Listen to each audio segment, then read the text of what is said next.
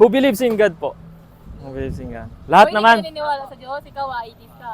Okay, lahat naman. Perfect, perfect. So, my first question is, kung mamamatay kayo ngayong araw, saan kayo mapupunta? Sa langit? Saan? Saan ka? Saan daw yun? Saan daw yun? Yung ganun na mga Purgatory. Purgatorio. Langit, sino pa? Kasi before you... Sa impyerno, wala? Ay, Okay. medyo Hindi mo alam. Depende po kay Papa Jesus. Okay, sige. Ikaw, hindi mo sure kung saan. So, may heaven, may hindi sure, may hell. Bakit sa heaven? First question. Kasi po, sabi nila, pag namatay ka, Dahil? Dahil mabait ka. Okay. Sige, okay lang. Actually, magandang mga sagot yan. Bakit hindi mo sure? Ikaw? Hindi mo sure sa buhay mo, no? So, let me share you the good news, the gospel. Okay? But before that, share ko yung bad news muna. Para mas ma-appreciate nyo yung good news. So, bad news muna. The bad news is, banal ang Diyos, perpekto ang Diyos, at siya ay righteous. Matuwid siya. Paano naging bad news yun? Kasi tayo hindi. Sabi sa Romans 3:10, there is no one righteous, not even one. Ibig sabihin, lahat tayo nagkasala. Sino nagsinungaling na dito? Lahat tayo, di ba? Countless. Countless. Diba? Countless times. Hindi na natin mabilang, no? Sabi sa James 2 verse 10, mabreak mo lang isang law, na-break mo na lahat. Guilty ka na sa lahat. So kahit na nag-white lie ka lang sa buong buhay mo, guilty ka na mapupunta kang impyerno. Sabi sa Bible, the wages of sin is death. Ang kabayaran ng kasalanan ay kamatayan. So tayo, nagtatrabaho, sumusweldo ng pera. Sa Bible, sabi doon, ang sweldo ng kasalanan ay kamatayan. Ang kabayaran ng kasalanan ay kamatayan. At deserve natin yun dahil lahat tayo nagkasala. Romans 3 verse 23, for all have sinned and fall short of the glory of God. Lahat tayo nagkasala. So deserve nating mapunta ng impyerno. That's the bad news for us. We are hellbound. On the way na tayo sa impyerno. So this is my question. Anong ginawa ng Diyos para hindi na tayo pumunta ng impyerno? Inalay niya yung anak niya. Sino yun? Jesus. Okay? Tama yun, no? Pero lahat tayo narinig na yun. Bata pa lang tayo, narinig natin yun. Pero hindi lahat binavalue yun. Kasi hindi naiintindihan. Okay? So, paano naging good news yun sa atin? Ano naman kung namatay si Jesus sa cross? Ano naman sa atin yun? Okay? Yung 10 Commandments, ang tawag doon, moral law. Ikaw at ako, binarake natin yun. At ang kabayaran ng kasalanan ay kamatayan, which is hell. Tinutukoy nun hell. Yung death na binabanggit doon is hell. But God, Jesus, became flesh, nagkatawang tao siya. He took the punishment that we deserve. Dapat tayo yung nandun sa cross na yun. Tayo yung paparusahan. Dahil we commit crime against God. Dahil binarake natin yung law niya, yung commandment niya. But Jesus became flesh. He took the punishment that you and I deserve on the cross. That's why He said, it is finished. Sabi niya, it is finished. Binayaran ko na ng buo yung kasalanan mo. Past, present, future sins. No? If, eto na, paano natin matatanggap yung walang hanggang buhay? No? We are talking about salvation here. Kung paano tayo maliligtas, paano tayo mapupunta ng langit. Bakit?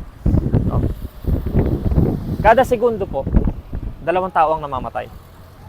Can you imagine that? Habang nagsasalita ako ngayon dito, may namamatay na tao. That's 155,000 people a day. 155,000. Imagine niyo ganong kalaki to.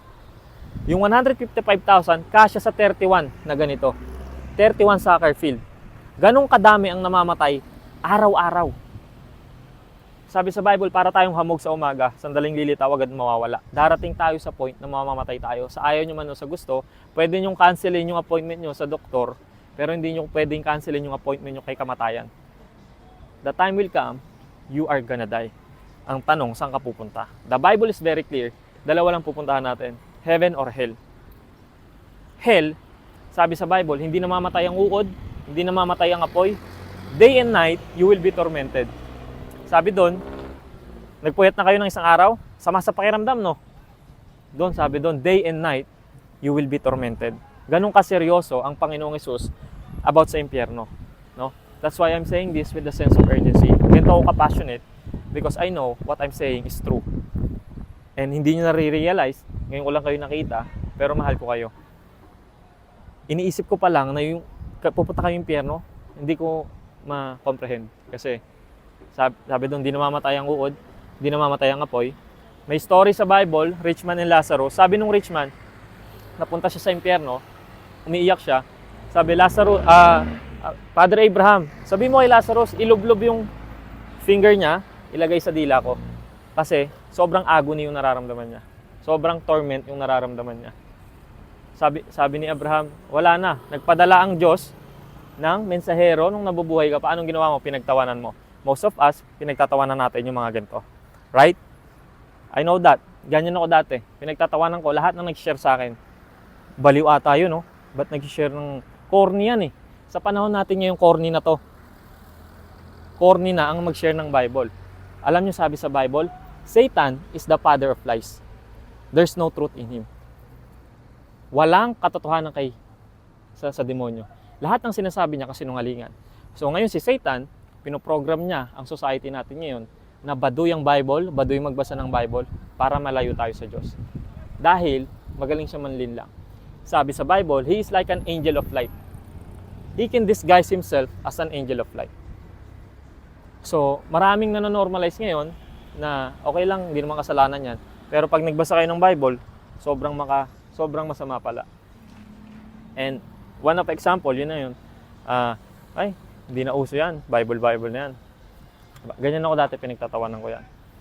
But one day, you will die. Yung nanay na mahal nyo, yung kapatid yung mahal na mahal nyo, mamamatay yan. Lahat yan, nakikita nyo dito, it will pass away. No? Ang tanong, saan tayo mapupunta? We're talking about eternal life here.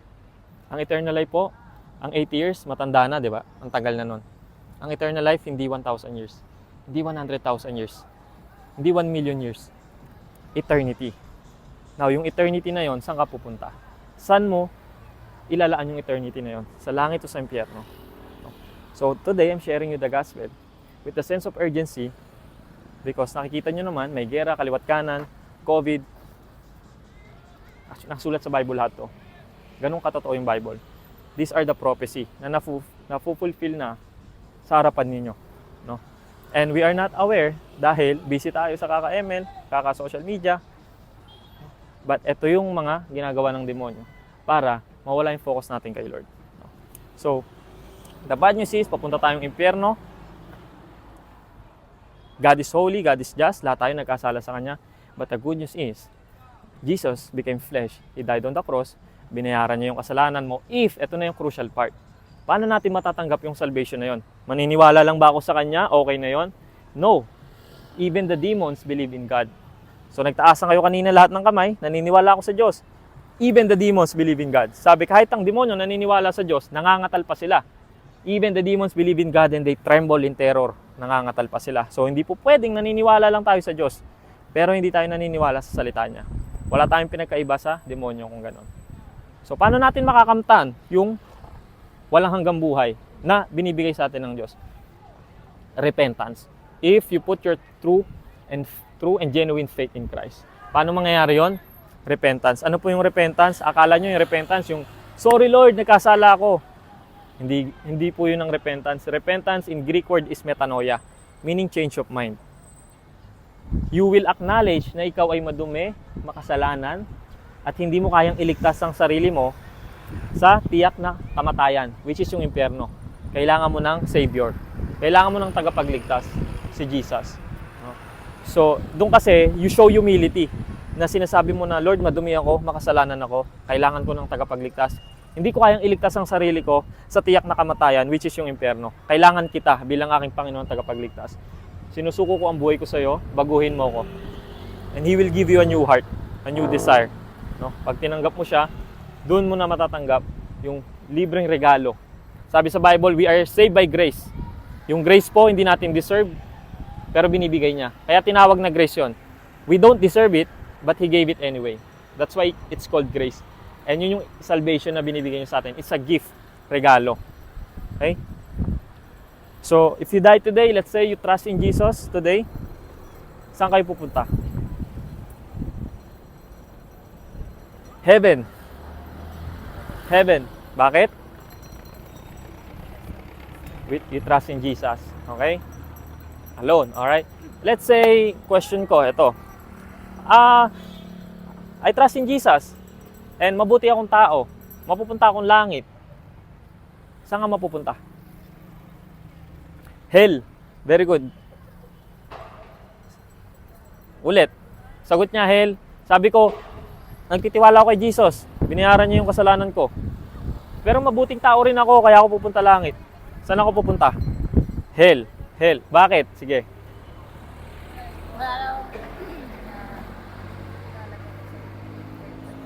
Sorry? Ulit. Sige, huwag ka mahiya. Okay lang. Kasi naniniwala lang siya na napakalaga. Okay. Self-proclaim din siya na mabait. Self-proclaim. Okay, actually, tama sa hell mapupunta. Bakit? Ito yung tanong, bakit? Kasi, hindi siya buong nagtitiwala kay Jesus. Nagtitiwala siya sa sarili niya. Okay? Na sinasabi niya, namatay si Jesus sa cross, pero mabuting tao rin ako, pupunta akong langit. Hindi ganun ang salvation. Ang salvation ay, you trust Jesus 100%. Hindi pwedeng 90% lang kay Jesus, 10% sa'yo, kasi mabuting tao ka. Ang mabuting gawa natin, walang bilang sa salvation natin. Maliligtas tayo dahil sa finished work ni Christ. 100%. Kasi siya ang nagbayad ng penalty ng sins natin, 100%. No? Hindi natin kayang bayaran yun kahit 1%. So, pag sinabi nating mabuti tayong tao, kaya tayo mapupunta langit, kanino tayo nagtitiwala? No. Pag sinabi ko na mabuting tao ako, kaya ako mapupunta langit, kanino ako nagtitiwala? Sa sarili. Exactly. Yun yung sagot. No? Pag sinabi mo na, ay, deserve ko yung heaven kasi mabuting tao naman ako. Kanino ka nagtitiwala? Sa sarili mo, hindi kay Jesus. So, let's say Judgment Day again uli. Ulitin ko question. Tinanong sa'yo ng Diyos Ama, bakit ka makakapasok ng langit? Anyone?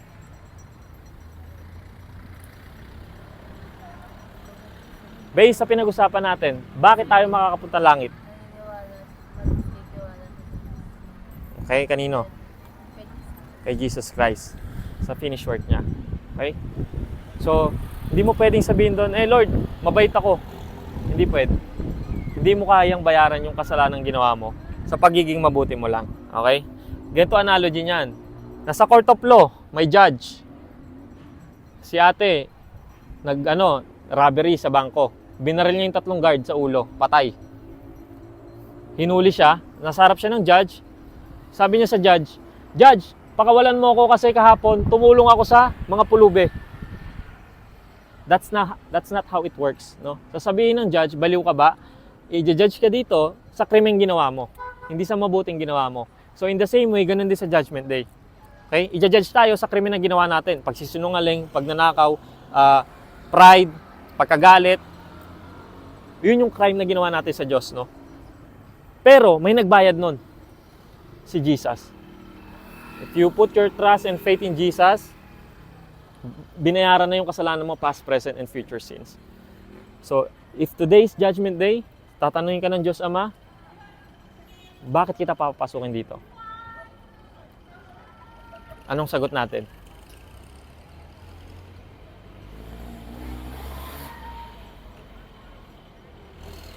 Because, dahil ba mabuti tayo? No. Because of what you did on the cross. It's all about Him. Dahil sa ginawa ng anak mo sa cross, binayaran yung kasalanan ko. That's the only reason why we are going to heaven. Not because of you, not because of your good works, kasi kung gano'n, nagyayabang ka sa Diyos. Pinagkakatiwalaan mo yung sarili mo. Sabi sa Ephesians 2 verse 8 to 9, we are saved by grace through faith. It's not by works. Hindi nang gawa mo. Libreng regalo to para walang makapagyabang. Imagine kung sa good works lang pala tayo maliligtas. Magyayabangan tayo doon. Sabihin ko, tinulungan ko to charity, kaya ako nandito ngayon. Bawal yun sa langit. Pagyayabang yun eh. Walang kasalanan sa langit. So isa lang ang reason natin kung ba tayo makakapasok sa langit. Dahil sa ginawa ni Jesus sa cross, binayaran niya yung kasalanan ko at nagtitiwala ako doon. 100%. Di pwedeng 99%, 1% sa'yo. You still trust yourself pag ganun. 100% we trust in Jesus alone for our salvation. Sabi niya sa John 14 verse 6, I am the way, the truth, and the life. No one can come to the Father except through me. Walang ibang daan papuntang langit, kundi siya lang. Hindi sinabi doon na, I am the way, I am the only way, and si King din ang daan. Hindi. No? So we are saved, not because we are good, but because He is good, kind, and rich in mercy. Okay? So, this is, katulad sinabi ko, every 1 second, may namamatay. Hindi nyo alam. Baka paglabas nyo dyan, masagasaan kayo. We don't know. Only God knows. Okay? Siya lang nakakaalam. Hebrews 9:27, after death comes judgment. Pag namatay kayo, pak, yun na yun. Wala nang second chance. No? So, I pray na pag-isipan nyo yung pinag-usapan natin ngayon. No? Just look. Pakinggan nyo yung tone of voice ko. Hindi ako magsasayang ng oras sa kasinungalingan. Sa tingin ko kasinungalingan. No? Ito yung nakasulat sa Biblia. And the Bible is the Word of God. And we don't know kung kailan tayo mamamatay. Alam ko bata pa kayo, but maganda alam natin kung sino yung pinapaniwalaan natin. No? Kung ano yung reason kung paano tayo maliligtas. Hindi sa sarili natin, kundi dahil kay Jesus Christ lang. Clear po ba? May question po ba kayo? Nalilito? Anything? You can ask me. Bago tayo, again, paano natin matatanggap yun? Repent. Repent is, ibig sabihin po nun, hindi yun nagsasorry ka. Repent means, ina-acknowledge mo na ikaw ay makasalanan at madumi. At kailangan mo ng tagapagligtas. Si Jesus yun.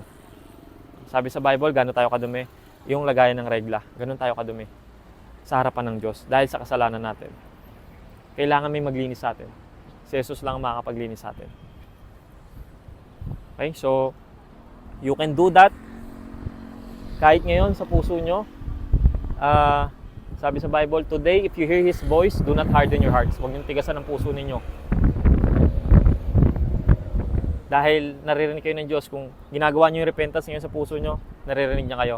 Kahit yung, sabi sa Bible, kahit yung buhok nyo sa ulo, bilang niya. So this is a sense of urgency. You can repent sa puso nyo, naririnig kayo ng Diyos, alam niya yan.